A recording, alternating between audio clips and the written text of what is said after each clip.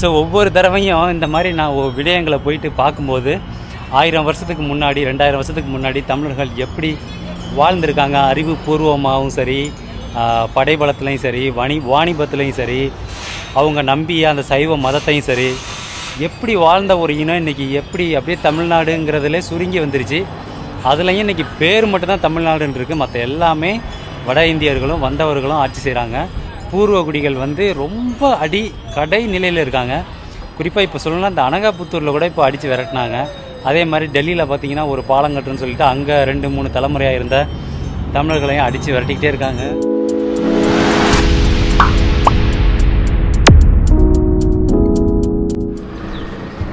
வணக்கம் நண்பர்களே. பார்த்தீங்கன்னா நம்ம கொன்கேனில் இருக்கக்கூடிய கோவிலுக்கு தான் வந்திருக்கோம். மகாதாத் நேமலாயனா வாட்டாலாயனா ஓகே வாட் நோங் வேங்க்கு வந்திருக்கோம்.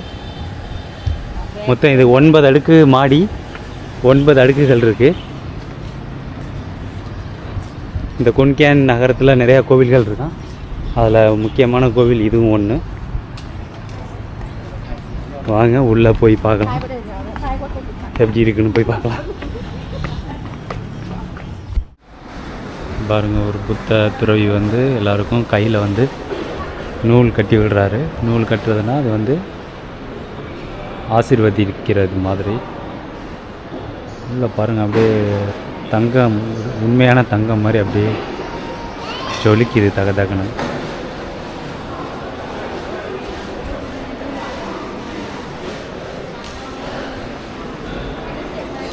இந்த பக்கம் மேலே பார்த்திங்கன்னா தாய்லாந்தில் அவங்களோட அந்த வாழ்க்கை முறைகளை படமாக அப்படியே வச்சுருக்காங்க பாருங்கள், வரைஞ்சி அவங்களோட வாழ்க்கை முறைகள். எருமை மாடு தான் பெரும்பான்மையாக தாய்லாந்தில் விவசாயத்துக்கு பயன்படுத்தியிருக்காங்க.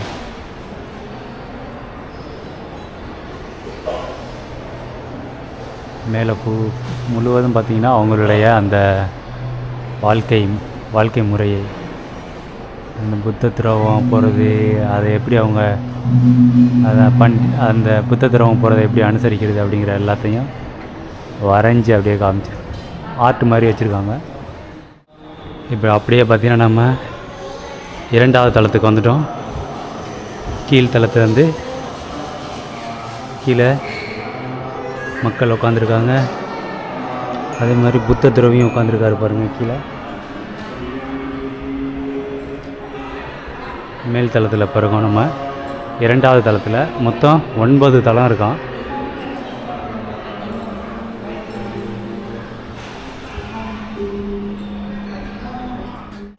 நம்ம இன்னும் பார்த்திங்கன்னா 2வது ஃப்ளோரில் தான் இருக்கோம். இங்கே பாருங்கள், இந்த கோவிலுக்குள்ளே சில காட்சி பொருட்கள் வச்சுருக்காங்க. இது பாருங்கள், நம்மளுடைய சித்தர்கள் துறவிகள் இருப்பாங்களே அதே மாதிரி இருக்கார் பாருங்களேன். மீசை, தாடி, கழுத்தில் உத்திராட்சம் கொட்டை, அப்படியே நம்மளுடைய முனிவர்கள் இருப்பாங்கள்ல சித்தர்கள் அதே மாதிரி இருக்கார். தலைமுடி எல்லாமே. இது பாருங்கள், இவர் பெருமாள்னு நினைக்கிறேன்.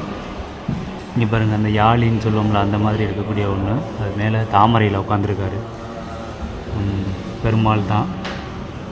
அடுத்து பாருங்கள், நம்மளுடைய பரம்பொருள் பரமசிவன் இருக்கார் பார்த்தீங்களா. அடுத்து இங்கிட்டு பார்த்தீங்கன்னா சிங்கத்தில் இருக்கக்கூடிய ஒரு காளின்னு வச்சுக்கலாம். காளி, சிம்மவாகினி அந்த மாதிரி. ஒரு புத்த கோவிலாக இருந்தாலும் அத்தனை சைவ கடவுள்கள் எல்லாமே உள்ளே இருக்காங்க பாருங்கள். ஒரு காலத்தில் தாய்லாந்தும் சைவ பூமி தான். அதற்கான ஆதாரங்கள் கொட்டி கிடக்கு. இதெல்லாம் பாருங்கள், இந்த புத்த துறவிகள் கோயில் இருக்காங்களா, அவங்க பயன்படுத்தின சில பொருட்கள்.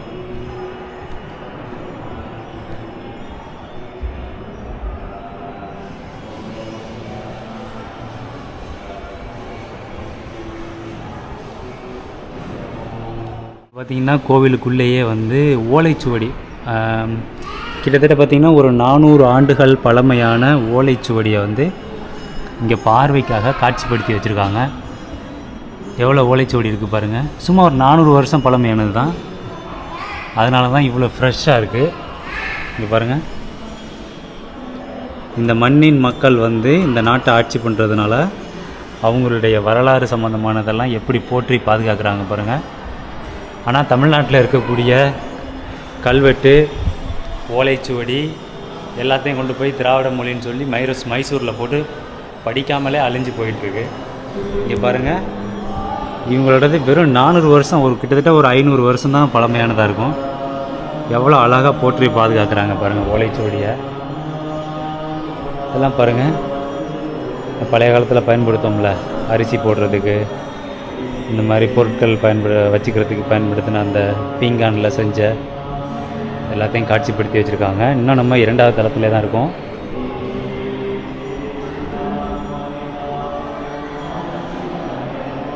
பார்க்குறதுக்கு அப்படியே எவ்வளோ லக்ஸுரியஸாக அப்படியே கோல்டனாக அப்படியே தகன்னு ஜொலிக்குது பாருங்கள்.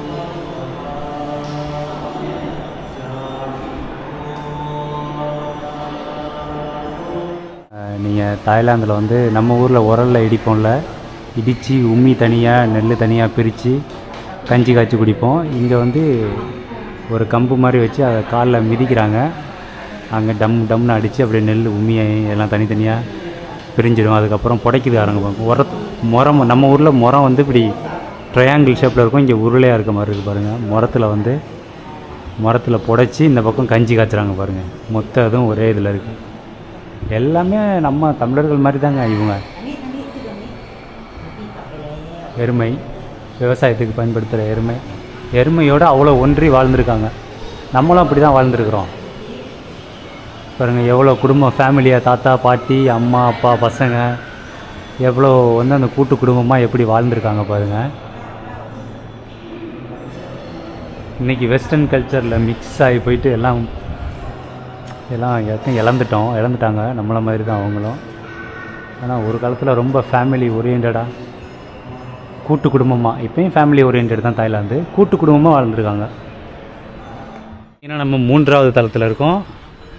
அங்கே பாருங்கள், அங்கே தெரியுதில்ல, அது வந்து ஒரு சிறிய லேக்கு, குளம், சரிங்களா? கோவில் பக்கத்தில் குளம் இருக்குது பாருங்கள். இங்கே பாருங்கள், நம்மளுடைய தமிழர்களின் அடையாளம் இருக்குங்க பாருங்கள். பனைமரம், குளம், இந்த கோவில். இன்றைக்கு இது புத்த கோவில், ஒரு காலத்தில் சைவ கோவிலாவோ மகாயான புத்த கோவிலாவோ இருந்திருக்கும். சரி, அங்கே பாருங்கள், அங்கே தான் இப்போ நம்ம போகிறோம் 9வது தளத்துக்கு. இதுக்கு இடையில் பார்த்திங்கன்னா ஒரு தளத்தில் வேலைப்பாடு நடந்துக்கிட்டு இருக்குது. வாங்க உள்ளே போகலாம்.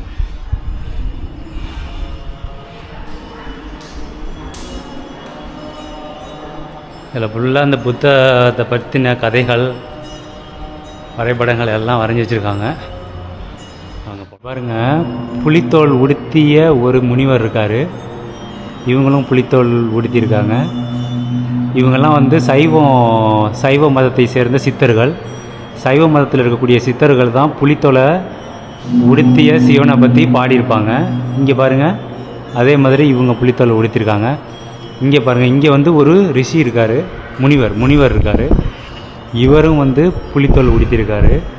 இந்த கதைகள் எல்லாமே பார்த்திங்கன்னா, இங்கே பாருங்கள், ஒரு வேடன் இருக்கார். வேடன் வந்து ஒரு முனிவரை தாக்க முயற்சி பண்ணுறாரு, சரிங்களா?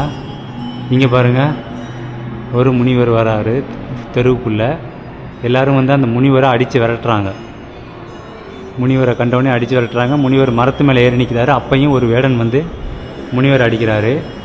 இவர் போயிட்டு அந்த புலித்தோல் உடுத்திய ஒரு சித்தர்கிட்ட பாருங்கள், புலித்தோல் உடுத்தி அவங்க உட்காந்துருக்காரு காட்டில். அவர்கிட்ட வந்து ஏதோ யோசனை கேட்குறாரு.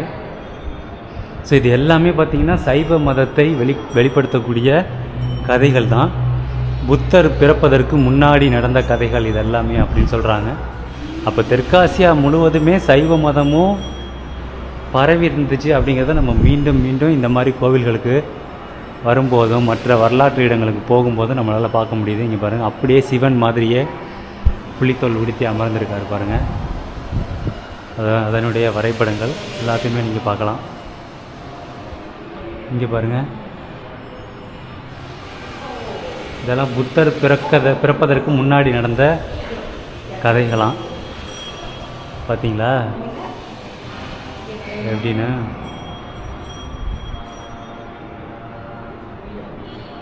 Very interesting story.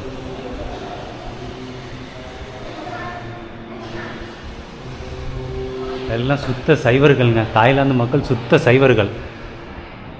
ஆளுங்கள்லாம் இப்போ வெள்ளை வெள்ளையாக இருக்கிறதுக்கு காரணம் எல்லாம் சீன கலப்பு. சுத்த சைவர்களாக தான் இருந்திருக்காங்க அதெல்லாம் ஒரு காலத்தில் பார்க்கும்போது. இந்த ஈசான் கொன்கியானில் இன்னமும் அப்படி தானே இருக்காங்க சில பேர் நம்ம ஸ்கின் டோனில். இந்த இடத்துல பாருங்கள், அப்படியே நம்ம ஊர் மாட்டு வண்டி மாதிரியே இந்த இடத்து இங்கே பாருங்கள். இந்த மாட்டு வண்டிக்கு வந்து அவங்க வந்து காளை மாடை பயன்படுத்தியிருக்காங்க பாருங்கள். எருமை மாடு கிடையாது. உழவுக்கு வந்து எருமை மாட்டையும் இந்த மாதிரி மாட்டு வண்டியும் எருமை மாடு பார்த்துருக்கேன். ஆனால் இப்போ தான் வந்து இங்கே இந்த மாதிரி காளை மாடை பார்க்க முடியுது பாருங்கள். அந்த மாட்டு வண்டி சக்கரத்தெல்லாம் பாருங்கள், அப்படியே நம்ம ஊரில் எப்படி இருக்குமோ அதே மாதிரி கரெக்டாக 1000 வருஷத்துக்கு முன்னாடி, சரியாக 1000 வருஷத்துக்கு முன்னாடி இது வந்து சைவர்களோட பூமிங்க. அது இன்றைக்கும் சைவர்களோட பூமி தான். என்ன சைனீஸ் படையெடுப்பு அது இதுன்னு வெஸ்டர்ன் கல்ச்சர் எல்லாம் கலந்து மாறி போச்சு. எப்படி பாருங்கள், மாட்டு வண்டி, மாடு. இங்கிட்டு பாருங்கள், இது வந்து பார்த்திங்கன்னா இந்த மர வேலை செய்கிறாங்க தச்சர். மர வேலை செய்கிற தச்சர் மரத்தை வந்து அறுக்குறாங்க. தமிழர்கள் அப்பா வியக்க வைக்கிதுங்க தமிழர்களோட வரலாறு மட்டும். இன்றைக்கி எல்லாம் அடிமையாகி போயிட்டோம் பாருங்கள். அது வந்து எருமையிலே வந்து வெள்ளை எருமை. தாய்லாந்தில் வந்து வெள்ளை எருமையும் இருக்குது, வெள்ளை யானையும் இருக்குது பாருங்கள். அந்த கோழிகள், நாட்டுக்கோழிகள், அப்படியே எல்லாமே தமிழர் பண்பாடுங்க. இவர் யார் தெரியுமா? இவர் வந்து புத்த துறவி. இவருடைய பேர் வந்து புத்ததாசன் இவருடைய பெயர் பாருங்கள். இவங்களாம் வந்து பரேடு ஊர்வலம் போகிறாங்க. கோவில் சம்மந்தமான ஏதோ ஒரு செரிமோனி. அது வந்து இசைக்கருவி, தாய்லாந்தில் பயன்படுத்தக்கூடிய இசைக்கருவி. இதை பாருங்கள், அந்த காலத்து புத்த துறவிகள். அங்கே பாருங்கள், அந்த கோவில் பக்கத்தில் அங்கே எவ்வளோ பனைமரம், 2 பனைமரம் இருக்குது. அது கூட கொஞ்சம் தூரத்தில் இருக்குது. இங்கே பாருங்கள், இது பக்கத்தில் பனைமரம் இருக்கா? கோவில் வளாகத்துக்குள்ளே பனைமரம் இருக்குது பாருங்கள். அப்படியே அந்த பக்கம் பார்த்திங்கன்னா இது பெரிய குளம். சோழர்கள் தான் அந்த மாதிரி கோவிலை கட்டி குளத்தை கட்டுவாங்க. அதே மாதிரி கோவிலை சுற்றி புளிய மரம் இருக்கும், நிறையா புளிய மரம் இருக்கும். இந்த மாதிரி பனை மரங்களும் இருக்கும். எல்லாமே இதெல்லாம் காடாக இருந்தது தானே, காடை திருத்தி தானே கழனி ஆக்கியிருக்காங்க. அதான் காட்டை கழனி ஆக்கின்னு சொல்லுவோம்ல. காடாக இருந்ததை வந்து விவசாயத்துக்கு அந்த நிலத்தை சீர்படுத்தி பயன்படுத்துறது, அதுதான் கழனி ஆக்குறது. அப்போ விவசாயத்துக்கு பயன்படுத்தும் போது பிரதானமாக நம்மளுக்கு தண்ணீர் தேவைப்படும். அப்போ தான் ஒரு இடத்துலையும் கோவிலை கட்டுற இடத்துல பூரா குளம் கட்டியிருக்கிறாங்க, குளமாக வச்சுருந்துருக்காங்க. ஸோ அங்கே பாருங்கள் குளம்.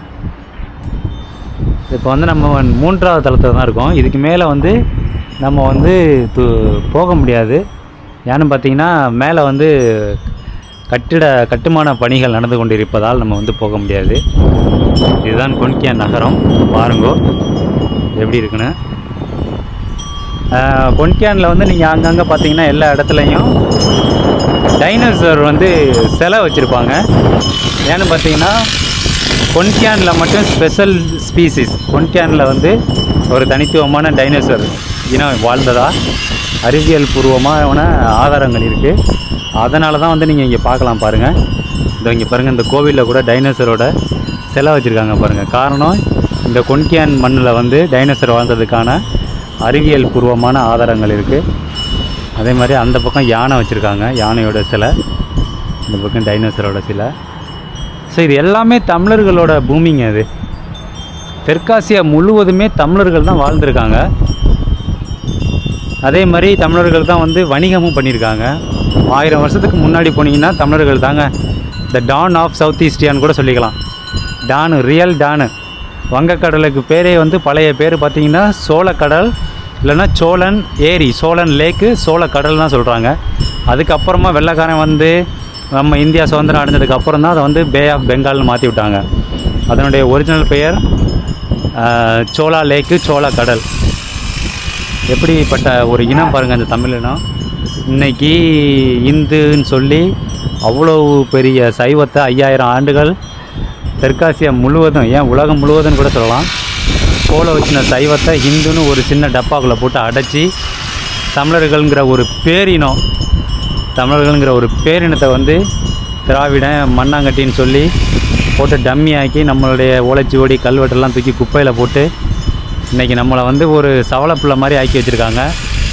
அதுக்கு எல்லாத்துக்குமே காரணம் அரசாங்கம்னு சொல்ல முடியாது. நம்ம மக்கள் வந்து ஒரு விழிப்புணர்வு இல்லாமல் ரொம்ப நல்லவனாக இருந்துட்டாங்க. வந்தவங்களெல்லாம் வாழ வைப்போம், வந்தாரை வாழ வைக்கும் சென்னை தமிழ்நாடுன்னு சொல்லி ரொம்ப ஏமாளியாக போயிட்டு இன்றைக்கி வந்து அழிவின் விளிம்பில் இருக்கும், அப்படி தான் சொல்லணும். எப்படிப்பட்ட ஏன்னா தெற்காசியா முழுவதும் ஆண்டாங்கன்னா இன்றைக்கி அழிவின் விளிம்பில் இருக்கும். தமிழ்நாடு வந்து இன்றைக்கி தமிழர்கள் கையிலே கிடையாது, வேறு யாரோ ஒருத்தவங்க ஆட்சி பண்ணுறாங்க. எந்த கோயிலுக்கு போங்க, நீங்கள் எங்கெங்கே தமிழ் இருக்குது, சிதம்பரம் கோயிலுக்கு போங்க, ஸ்ரீரங்கம் கோயிலுக்கு போங்க, மதுரை மீனாட்சி அம்மன், மதுரை சொக்கநாதர் சிவன் கோவிலுக்கு போங்க, எல்லா இடத்துலையுமே வைதீகம் தான் தலை தோங்கி இருக்குது. இப்போதைக்கு சைவம் படுத்திருக்கு. காரணம் சைவர்கள் படுத்திருக்காங்க, தமிழர்கள் விழிப்புணர்வு இல்லாமல் படுத்திருக்காங்க. அதனால் சைவம் வீழ்ச்சி அடைஞ்சு படுத்து கிடக்கு. சைவம் எப்போது மீண்டு எழும்னு தெரியலை. தமிழர்கள் எப்போ மீண்டு எழுறாங்களோ அப்போ தான் சைவம் மறுபடியும் மீண்டு எழும், இல்லாட்டி அழிஞ்சு போயிடும். இன்றைக்கி எப்படி நம்ம பேசிக்கிறோம்ல, டைனோசர் வாழ்ந்துச்சின்னு பேசிக்கிறோம்ல, அந்த மாதிரி தமிழர்கள்னு ஒருத்தங்க இருந்தாங்க நாங்கள் அப்படின்னு சொல்லி நம்மளை பற்றி பேசுகிற அளவுக்கு தான் இருக்கும். அதை கூட பேச மாட்டாங்க. ஏன்னா நம்ம இருந்தோன்னா மற்றவங்களுக்கு வந்து நம்ம இடையூறாக இருப்போம். அவங்க இப்போ வரலாற்றில் பெரியவங்க அப்படின்னு அவங்களால சொல்லிக்க முடியாது நம்ம இருக்க வரையும். அதனால் நம்மளை ஒழிச்சு கட்டணும் அப்படின்னு நினைக்கிறவங்க எப்படி நம்ம வரலாறை மட்டும் பேசுவாங்க.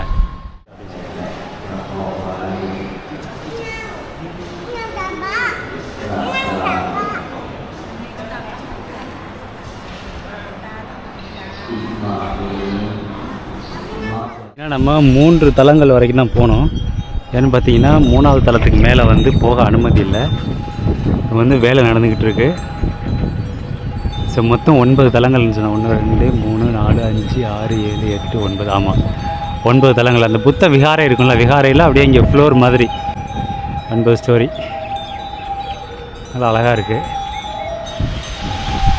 ஸோ மறுபடியும் பனைமரத்தை பார்க்கலாம்.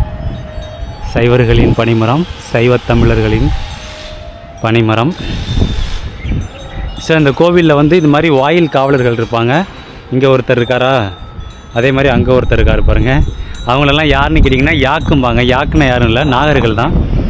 நாகர்கள் பழங்காலத்தில் இந்தியா முழுவதும் பரவி இருந்த நாகர்கள் தான் யாக்கும்பாங்க. இவங்களோட வேலை என்னன்னு பார்த்தீங்கன்னா, இந்த கோவிலை வந்து மற்ற திருடர்கள் அப்படி இல்லைன்னா கோவிலை வந்து சேதப்படுத்துறதுக்கு வருவாங்கள்ல, சைவத்துக்கு எதிரானவங்களை அடித்து துவம்சம் பண்ணுறது தான் அவங்களுடைய வேலை. அந்த நாகர்கள் யாக்குன்னு சொல்லுவாங்க தாய்லாந்து மக்கள். ஸோ இங்கே பாருங்கள், யானை இருக்குது பாருங்கள். மேலேருந்து நான் காமிச்சேன்ல யானை.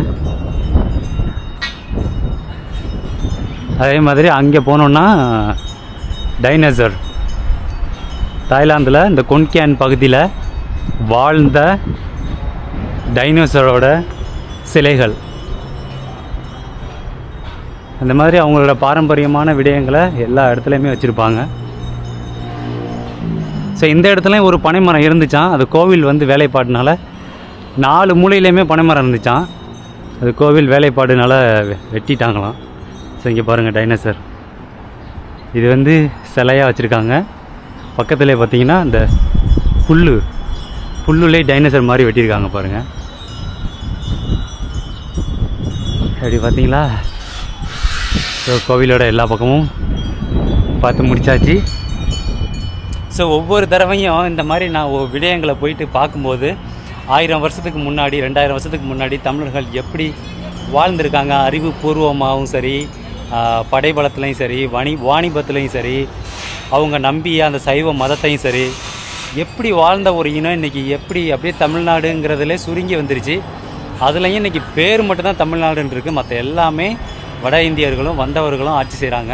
பூர்வகுடிகள் வந்து ரொம்ப கடை நிலையில் இருக்காங்க. குறிப்பாக இப்போ சொல்லணும்னா இந்த அனகாபுத்தூரில் கூட இப்போ அடித்து விரட்டினாங்க. அதே மாதிரி டெல்லியில் பார்த்திங்கன்னா ஒரு பாலங்கட்டுன்னு சொல்லிட்டு அங்கே 2-3 தலைமுறையாக இருந்த தமிழர்களையும் அடித்து விரட்டிக்கிட்டே இருக்காங்க. ஸோ இதுக்கெல்லாம் ஒரே தீர்வு, ஒவ்வொரு தமிழனுக்கு யார் தமிழன்னு தெரியும். ஒவ்வொரு தமிழனும் வெகுண்டு எழணும். இல்லைன்னா தமிழ்நாடுங்கிற பேர் கூட இனிமேல் இருக்காது. அப்படி ஒரு நிலைக்கு வந்துடுவோம். சரிங்களா? ஸோ இதோட இந்த காணொலியை முடிச்சுக்கிறேன். மீண்டும் மற்றும் ஒரு காணொளியில் உங்களை சந்திக்கிறேன். நன்றி, வணக்கம்.